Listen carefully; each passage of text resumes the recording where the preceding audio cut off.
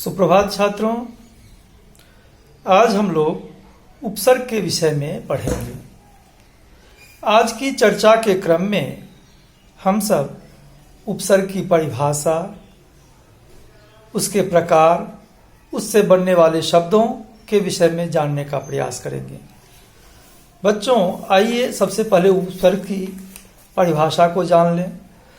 उपसर्ग वह शब्दांश है जो किसी शब्द के प्रारंभ में यानी शुरू में लग करके उसके अर्थ में परिवर्तन लाता है अथवा उसके अर्थ में विशेषता उत्पन्न करने का काम करता है। समझिए ध्यान से, उपसर्ग क्या है? तो एक शब्दांश है, शब्द का अंश, पूरा शब्द नहीं, शब्द का अंश है। उपसर्ग एक शब्दांश है जो किसी शब्द के शुरू में, प्रारंभ में लग करके उसके अर्थ में या तो परिवर्तन लाने का काम करता है या विशेषता उत्पन्न करने का काम करता है। आप एक उदाहरण से इसको पहले समझ लीजिए। मान लीजिए आपके सामने में मैं एक शब्द उपस्थापित करता हूं, हार। हो में आ की मात्रा और हार। हार का अर्थ हारना, पराजित होना। संज्ञा के रूप में अगर इसके अर्थ को लें तो हार मतलब आभूषण।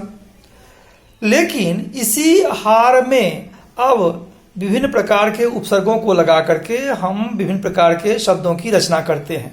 देखिए, हार, उसमें आ लगाइए शुरू में, आ जोड़ हार बराबर आहार। आहार का मतलब अब क्या हो गया? भोजन।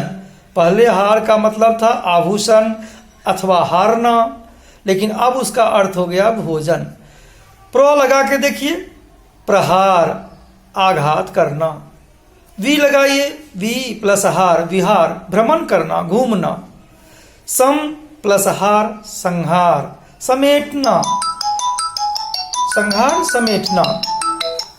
तो इस तरह से आप देख रहे हैं कि एक ही शब्द है हार, उसमें आ लगा करके बना लिए आहार, वी लगा करके विहार, सम से संहार, नी निहार, उप उपहार, और हर एक शब्द का अर्थ भी अलग अलग होता चला जा रहा है। तो एक ही शब्द हार अब विभिन्न अर्थों में विभिन्न प्रकार के उपसर्गों की सहायता से विभिन्न प्रकार के अर्थों को देने में सक्षम हो गया। इसी तरह से अन्य उपसर्गों को भी हम देख सकते हैं। अन्य उपसर्गों से भी हम शब्दों की रचना कर सकते हैं। हिंदी भाषा और साहित्य में जितने प्रकार के उपसर्ग हैं, उन सारे उपसर्गों को एक ही कोटि में हम नहीं रख सकते हैं। हिंदी में अगर हम विचार करके देखें तो 3 प्रकार के उपसर्गों की उपयोगिता है, 3 प्रकार के उपसर्गों का प्रयोग हुआ है। अधिकांश उपसर्ग तो संस्कृत के उपसर्ग हैं। संस्कृत में जो 22 उपसर्ग हैं, प्र, परा, अप, सम, अनु, अव, निस, नीर, दूस, दूर, वी, आंग, अधि, अति, अपि, उत, सु, ये सब जो 22 उपसर्ग हैं, इन 22 उपसर्गों की सहायता से तो हम शब्द बनाते ही हैं, लेकिन इसके अतिरिक्त उर्दू फारसी के भी बहुत सारे उपसर्ग आ जाते हैं। हिंदी के कुछ अपने भी उपसर्ग हैं। तो सबको अगर समग्र रूप से हम देखें तो हिंदी साहित्य में, हिंदी भाषा में हम 3 प्रकार के उपसर्गों का प्रयोग करते हैं। पहला संस्कृत के उपसर्ग, दूसरा उर्दू फारसी के उपसर्ग, और तीसरा हिंदी के अपने उपसर्ग। चर्चा के क्रम में मैंने आपको बतला ही दिया कि संस्कृत के जो 22 उपसर्ग हैं, संस्कृत में कितने उपसर्ग हैं? 22। ये जो 22 उपसर्ग हैं, उनसे हम शब्दों की रचना करते हैं। अब आइए उर्दू फारसी के उपसर्ग को देख लेते हैं। बे, बे प्लस जान, बेजान।